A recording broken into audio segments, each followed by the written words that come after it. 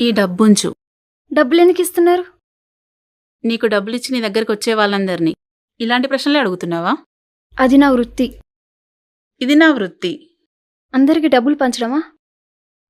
డబ్బులు పంచడం కాదు, మా మతంలోకి మారడానికి. మీరిచ్చే డబ్బుల్లో సంతోషాన్ని వెతుక్కునే మూర్ఖురాల్ని కాదు. ఇక మీరు వెళ్ళొచ్చు.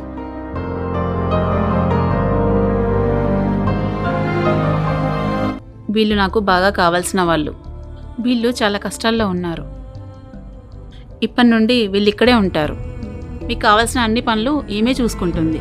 సరే అమ్మా, నువ్వు ఎట్లా అంటే అట్లనే. సార్ వాళ్ళ కొడుకు కోడలు అమెరికాలో ఉంటారు. ఆయనకు కావాల్సిన పనులన్నీ నువ్వే దగ్గరుండి చూసుకో. సరే.